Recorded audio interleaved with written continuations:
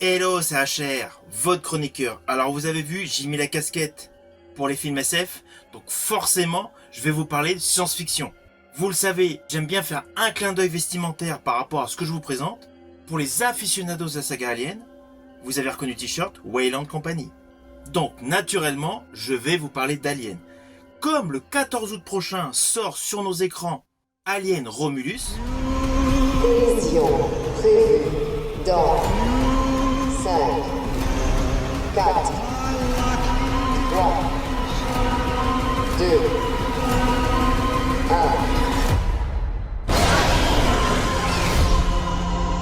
aujourd'hui, petit rappel sur la saga des Aliens.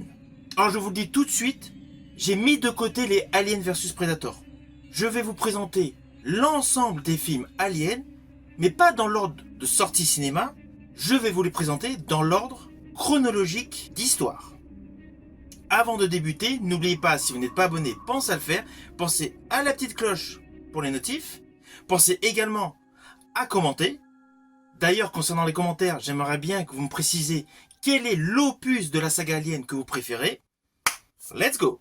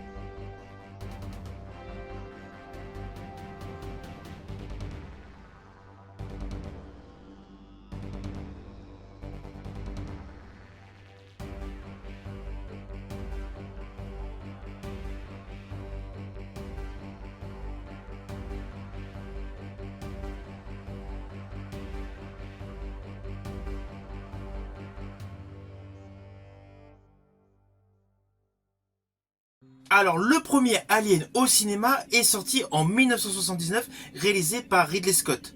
Mais pour apprécier au mieux le visionnage de l'ensemble de la saga Alien, nous allons débuter par un opus de la saga qui est sorti en 2012, toujours réalisé par Ridley Scott. Il s'agit de Prometheus. C'est un préquel, avec beaucoup de suspense, beaucoup de tension. Selon moi, c'est un des bons opus de cette saga. Naturellement, voici l'histoire. Alors l'action de ce film se déroule à la fin du 21e siècle. Plusieurs spécialistes dans divers domaines sont regroupés afin d'effectuer une expédition dans l'espace. Naturellement, ils forment l'équipage du vaisseau Prometheus, d'où le titre du film. Ce vaisseau Prometheus fait évidemment partie de la société Weyland. Vous avez compris du coup le petit clin d'œil avec mon t-shirt. Bref, alors pour la petite histoire, le personnage Weyland est un milliardaire qui a créé de nombreuses choses, essentiellement dans le domaine de la robotique et de l'ingénierie. Ainsi, ce fameux équipage décide d'aller explorer un satellite naturel d'une planète très lointaine, indiqué par des pictogrammes archéologiques sur notre belle planète bleue. De ce fait, l'objectif principal de cette mission est d'obtenir des réponses sur les origines de l'humanité. Alors parmi l'équipe justement de ce fameux vaisseau Prometheus, le personnage interprété donc par Noomi Rapace et Elizabeth Shaw est le plus euphorique à l'idée de découvrir l'origine de l'humanité. Le personnage interprété par Idris Elba, c'est-à-dire le capitaine Janek, est plus dans le fait d'établir une mission militaire dans l'espace. Voilà, une mission assez classique. Alors le personnage de Charlize Theron, Meredith Wickers, est beaucoup plus ambigu. Alors ne vous inquiétez pas, je ne vais pas vous dire pourquoi. Si vous n'avez pas vu ce film, Vous me connaissez, je ne spoil pas. Je préfère que vous découvriez par vous-même. Mais sachez que son personnage est beaucoup plus ambigu. Car il y a une facette que vous allez découvrir au fur et à mesure qu'on va avancer dans le film. Et à ses côtés, il y a une interprétation excellente de Michael Fassbender en Android. Il est plus vrai que nature. Ces personnages sont naturellement accompagnés de techniciens et de militaires qui vont apprendre à leurs dépens qu'une menace terrible va se retrouver en phase 2. Alors ce film Prometheus a beaucoup de points positifs. D'une part, il nous présente les architectes avec justement des éléments de réponse, des points de repère par rapport à Alien le 8e passager. Mais tout en apportant des réponses concernant le xénomorphe, il ouvre une piste sur une autre menace, une menace extrêmement importante. Car nous apprenons assez rapidement que ces fameux architectes-ingénieurs n'avaient pas de bons desseins pour la planète Terre.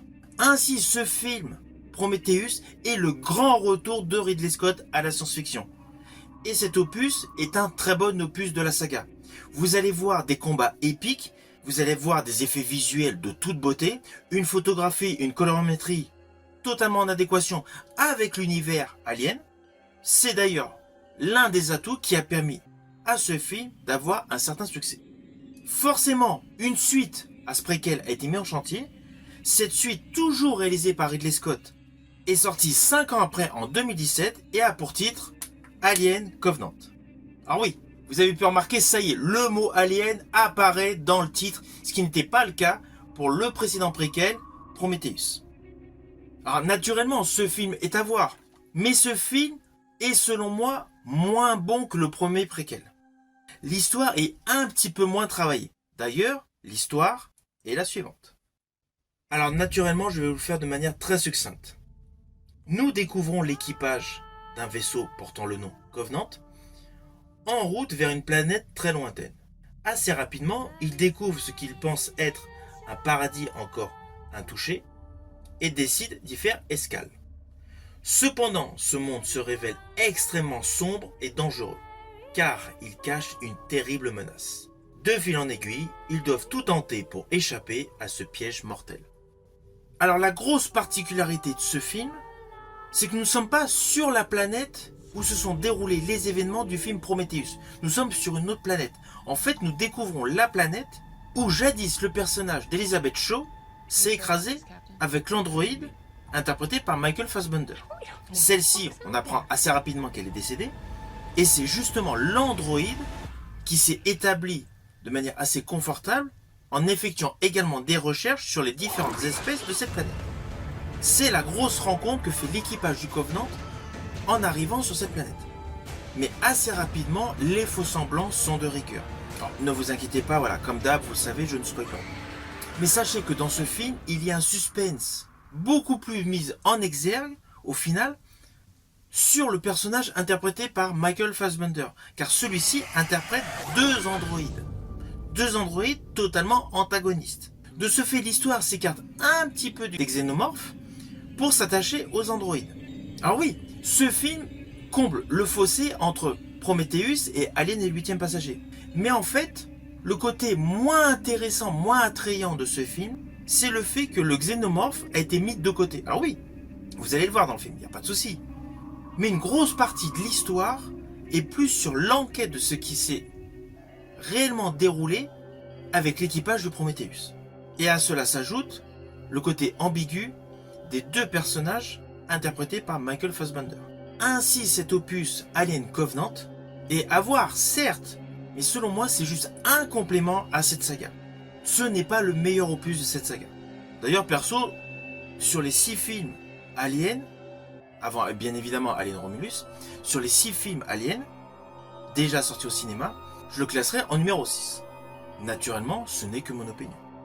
Paradoxalement, maintenant je vais vous présenter mon opus préféré de cette saga, c'est-à-dire Alien le 8e passager, sorti en 1979, premier film au cinéma de cette saga Alien.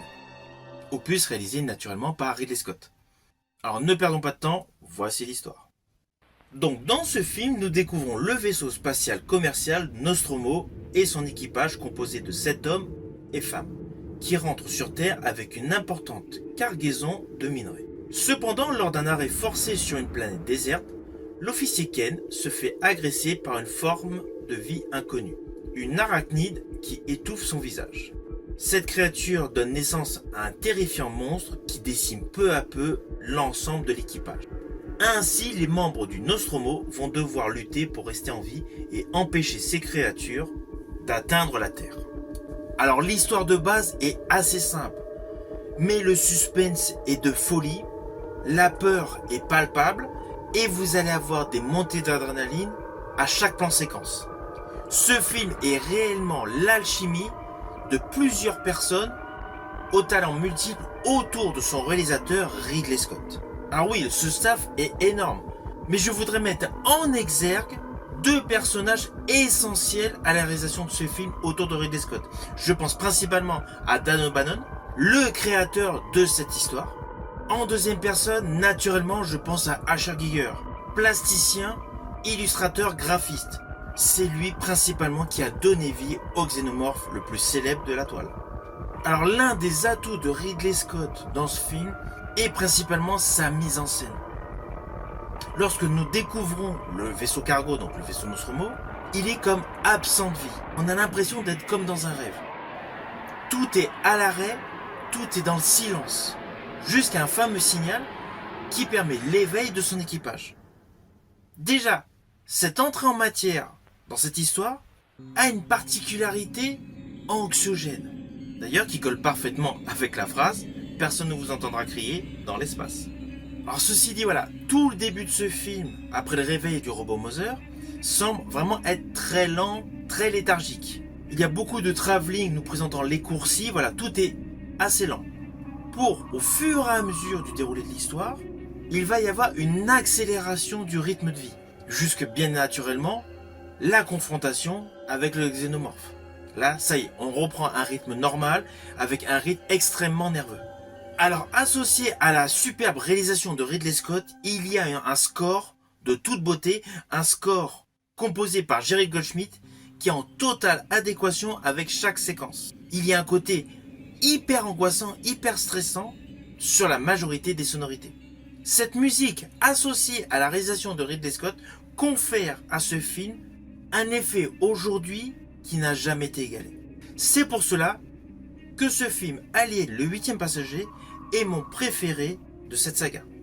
Naturellement, ce film en 79 a eu énormément de succès.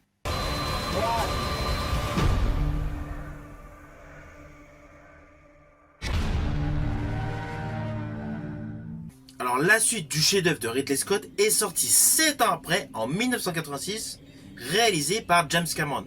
James Cameron a complètement modifié le postulat, l'ambiance du premier film. Le premier film s'apparentait plus à un film intimiste. Nous avions certes un cargo avec quelques passagers, mais la majorité des plans séquences paraissaient intimistes. Avec, pour pas mal de séquences, un alien avec un individu. Là, James Cameron, c'est totalement différent. D'un côté, nous avons une armada, et de l'autre côté, nous avons beaucoup d'aliens. De ce fait, on est parti sur une dimension largement supérieure en termes d'effets visuels et surtout en termes d'action. Mais je vous rassure, le lien avec le premier film est totalement cohérent. D'ailleurs, voici l'histoire. Alors, tout d'abord, sachez que l'action de ce film se déroule 50 ans après le premier film. Assez rapidement, au début de ce film, justement, nous découvrons la lieutenant Ellen Ripley, toujours interprétée par Sigourney Weaver, qui dérive dans l'espace à bord d'une navette de sauvetage en biostase. Elle est retrouvée et elle est admise à l'unité médicale de la station spatiale Gateway. Le personnage interprété par Sigourney Weaver, c'est-à-dire Ellen Ripley, dès son réveil, souffre de violents cauchemars où elle voit un alien sortir de son corps. Assez rapidement, des membres de la compagnie Weyland-Yutani la convoquent pour justifier la perte du Nostromo et de sa cargaison assez coûteuse. Naturellement, lorsqu'elle explique sa confrontation avec un xénomorphe, son récit est totalement mis en doute. Car la planète sur laquelle elle avait vécu ces événements était justement la planète LV426. Planète où actuellement, beaucoup de colons se sont installés. Et cela fait déjà 20 ans qu'ils y vivent sans aucune présence d'un alien. De ce fait, personne ne croit à l'histoire du personnage Ellen Ripley. Alors bien évidemment, il y a des suspicions d'aliens sur cette planète. De ce fait, le personnage Ellen Ripley, accompagné de militaires et d'androïdes, vont justement aller sur cette planète LV-426. Alors il ne faut pas oublier que dans le premier opus, le personnage interprété par Sigourney Weaver était en totale confrontation avec un androïde. De ce fait, le nouvel androïde, interprété par Lance Henriksen, n'est pas du tout apprécié par son personnage. Cela rajoute une dualité dans les conversations et surtout dans les comportements. À cela s'ajoute une troupe de Marines au tempérament assez burné. Nous retrouvons un Michael Biehn et un Bill Paxton au top de leur forme. Alors pour la petite histoire, n'oubliez pas que Bill Paxton a retrouvé James Cameron pour Titanic et que Michael Biehn avait joué sous la direction de James Cameron dans Terminator. C'était pour la petite histoire. Alors cet opus est davantage axé sur la guerre, sur la confrontation. Car naturellement, et c'est un secret pour personne, vous le découvrez dans la bande-annonce, la planète est totalement infestée d'aliens. De ce fait, les Marines sont obligés de se battre avec les aliens. C'est un opus totalement punchy, tout le design est top, et même la créature a un côté militaire. La créature est devenue beaucoup plus fluide, ce qui confère à ce film des scènes mémorables. Alors oui, sur certains plans visuels, si vous avez une télé haute définition, même un Blu-ray 4K, vous allez vous apercevoir que dans les décors, il y a du modélisme, il y a du carton-pâte. Mais cela n'empêche pas que le film reste un must du genre. C'est d'ailleurs mon deuxième préféré de la saga. C'est un opus totalement innovant. Et d'ailleurs, ce film a fait un carton. Alors naturellement, c'est un film que je vous invite à découvrir. D'ailleurs, toute la saga Alien, vous pouvez la voir actuellement sur Disney+. Vous pouvez les voir par le biais de supports physiques, DVD et Blu-ray. Et justement, cet opus, je vous invite à le découvrir en version remasterisée Blu-ray. Car il y a une grosse innovation concernant ce film, c'est qu'il y a une version longue. Et la version longue vous permet de découvrir justement la planète LV-426 où résident les colons. Car dans le film, initialement au cinéma, nous découvrons uniquement la planète où il y a les colons au moment de la confrontation Marines-Aliens. Mais justement, dans cette version longue, nous découvrons les colons installés sur cette planète. Nous découvrons plus précisément une famille qui tombe sur un nid d'aliens, de xénomorphes. Et surtout, nous apprenons davantage sur le personnage de la petite Newt, qui sera la petite fille aux côtés du personnage interprété par Sigourney Weaver, Ellen Ripley. Ce film est davantage à voir en version longue. Il y a beaucoup plus d'explications et la totalité des lignes scénaristiques de ce film sont totalement cohérentes. Alors naturellement, je vous ai dit, il a fait un carton. Forcément, il y a eu un troisième opus. Un troisième opus réalisé par David Fincher. Alors ce film est sorti en 1992. Sachez qu'il existe deux versions. Il y a également une version longue. Et honnêtement, la version longue est meilleure. Par contre, à la différence de la version longue d'Aliens de James Cameron, qui ne change absolument pas l'intrigue de base, c'est juste des compléments historiques, la version longue de David Fincher, en fait, modifie certains arcs narratifs. Que ce soit dans l'intro, que ce soit au milieu, que ce soit le final. Il y a beaucoup de modifications scénaristiques. Ce qui fait que ça modifie quelque peu l'histoire. Notamment concernant l'avenir de certains personnages. De ce fait, les deux versions du film de David Fincher, en fait, offrent deux histoires légèrement différentes. Alors c'est pareil. Je préfère la version longue, qui est beaucoup plus conséquente, qui est beaucoup plus dark. Mais cela n'empêche pas que l'histoire de base d'Alien 3 est la suivante. Alors ce film se déroule en 2179. Nous retrouvons donc le personnage Ellen Ripley, la jeune Newt, le caporal X et l'androïde Bishop qui dorment en biostase à bord du vaisseau spatial USS Sulaco, qui a pour objectif de retourner sur Terre après les événements scabreux de la planète LV-426.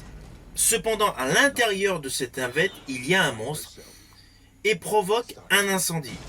De ce fait, l'ordinateur de bord éjecte les cryotubes des passagers dans une capsule de sauvetage EEV qui s'écrase sur la planète Fiorina. une planète prison.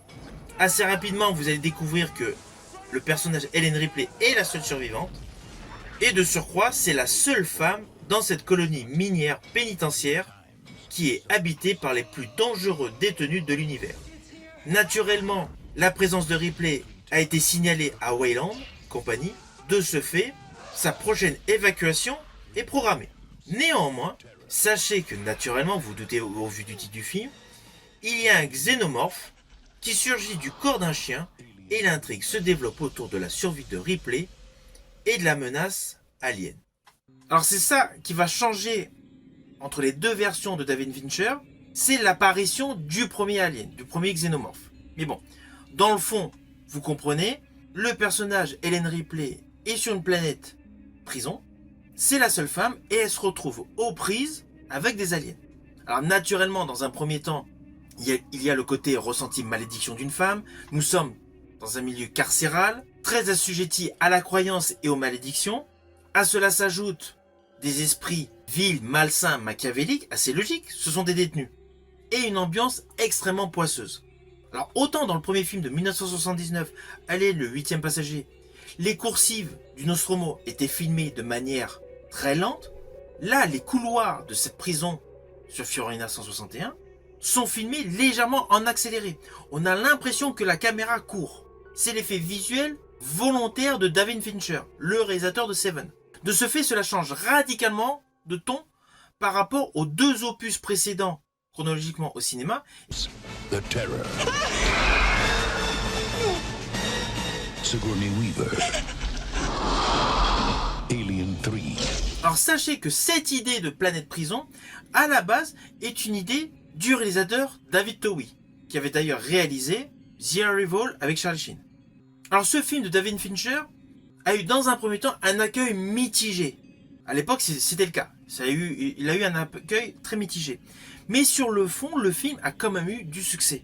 Car le film, en fait, nous présente une suite des aventures d'Alien, mais avec un contexte complètement différent. C'était innovant. Alors, il ne fait pas partie de mes préférés dans la saga d'Alien, mais j'estime que ce film est meilleur que Covenant. Il y avait vraiment une innovation scénaristique et beaucoup de plans visuels de toute beauté. Car comme le film de 79 de Ridley Scott, le film de 86 de James Cameron, ce film de 92 de David Fincher n'avait pas toutes les avancées technologiques que nous avons actuellement. De ce fait, la palette graphique par rapport à la photographie que vous allez découvrir dans ce film est la résultante d'un vrai travail titanesque. Ce film, sur le fond, est bourré d'innovation. Et puis bon, il y a une scène phare dans ce film. Pour l'époque, c'était assez rare, assez exceptionnel qu'une femme se rase la tête pour un film. Et justement, Sigourney Weaver, pour son interprétation d'Ellen Ripley sur la planète Fiorina, a décidé de se raser le crâne pour que ce soit cohérent avec l'histoire. Rien que cet effet était une innovation pour l'époque. De ce fait, tout au long de ce film, vous allez découvrir plusieurs innovations, que ce soit visuel, que ce soit comportemental, que ce soit scénaristique, qui ont apporté au final une plus-value à ce film. Film qui est pour moi un bon opus de la saga. Alors même s'il ne fait pas partie de mes préférés, ce film est selon moi meilleur que Alien Covenant et il est largement meilleur que les deux opus, que le diptyque Alien vs Predator. C'est vraiment un opus que je vous invite à découvrir, mais c'est pareil. Vous pouvez certes le voir sur Disney+, mais je vous invite à le découvrir en version longue. Il est beaucoup plus intéressant. Alors naturellement, au vu des marges bénéficiaires, il y a eu un quatrième opus. Quatrième opus, réalisé par un Français, Jean-Pierre Jeunet.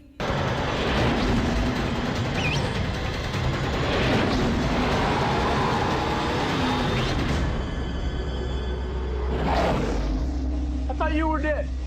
Yeah, I get that a lot. Alors ce film réalisé par notre Frenchie Jean-Pierre Jeunet est sorti en 1997. Et d'ailleurs une partie de la distribution est française. Vous allez redécouvrir Dominique Pinon. Alors par rapport à l'univers Alien, le seul protagoniste restant est le personnage Ellen Ripley, toujours interprété par Sigourney Weaver. Sinon le reste du casting est totalement nouveau. D'ailleurs, dans les personnages, nous retrouvons l'actrice Winona Ryder, l'acteur Ron Perlman, l'acteur Brad Dourif, bref, il y a une très belle distribution et honnêtement, tous les acteurs et actrices sont extrêmement convaincants. Surtout que l'histoire est solide. D'ailleurs, la voici. Alors cet opus se déroule en 2379, c'est-à-dire 200 ans après l'opus signé par David Fincher. Là, nous avons la notion de clonage et justement des scientifiques militaires parviennent à recréer un clone d'Ellen Ripley, naturellement porteur de l'alien en elle. Tout cela a été fait à partir d'échantillons de sang collectés avant sa mort dans le précédent opus. De fil en aiguille, les scientifiques ont extrait du ventre de Ripley l'alien existant et ils l'ont placé en captivité. Par ailleurs, le clone d'Ellen Ripley est maintenu en vie sur le vaisseau spatial USM Auriga. Son ADN s'étant mélangé avec celui de l'alien pendant le processus de clonage, le dernier clone d'Ellen Ripley développe une force accrue et des réflexes surhumains, avec de surcroît un sang totalement acidifié. À cela s'ajoute un groupe de pirates de l'espace constitué du capitaine Elgin, sa compagne Hillard, les tireurs Christie et Joner, le mécanicien paraplégique Vrace et la jeune recrue Cole, qui vient d'intégrer justement l'Auriga. Alors pourquoi ils sont venus à l'Auriga?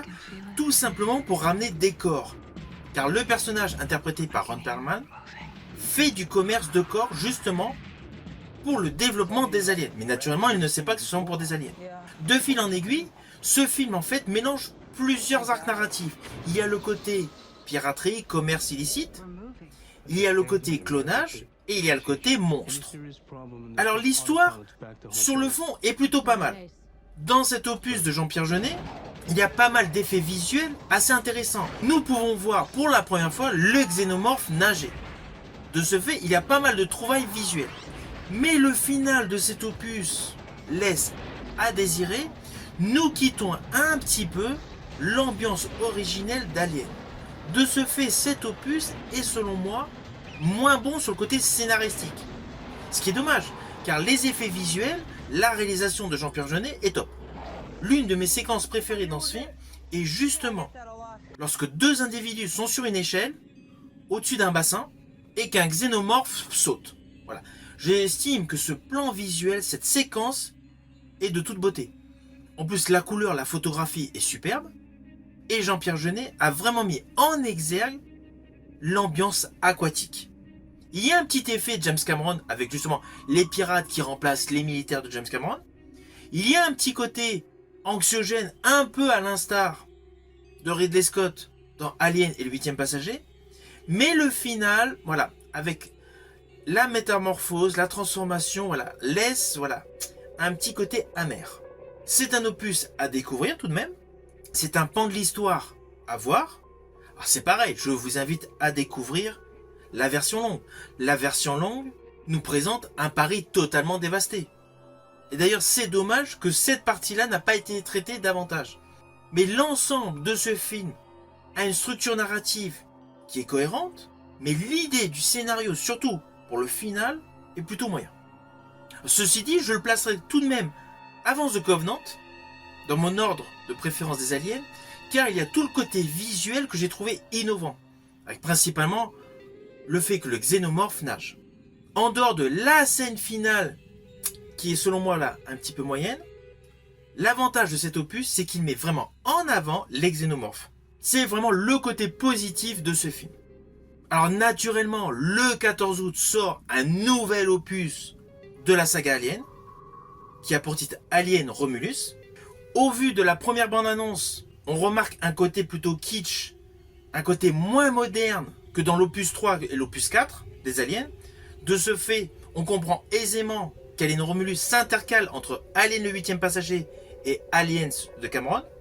De ce fait, par rapport à la totalité de la saga Alien, cela permet de se dire que la première trilogie chronologique par rapport à l'histoire est entièrement réalisée par Ridley Scott, et après on passe par d'autres réalisateurs.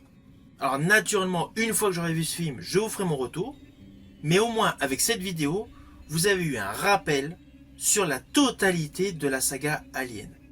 Naturellement, je vous invite à découvrir tous ces films si vous ne les connaissez pas, dans l'ordre que je viens de vous faire dans cette rétrospective. Ainsi, vous pourrez profiter au mieux de cette superbe saga science-fiction horrifique. Si ma vidéo vous a plu, n'oubliez pas, petit pouce vers le haut, pensez au partage. Quant à moi, je vous dis à bientôt pour une prochaine vidéo.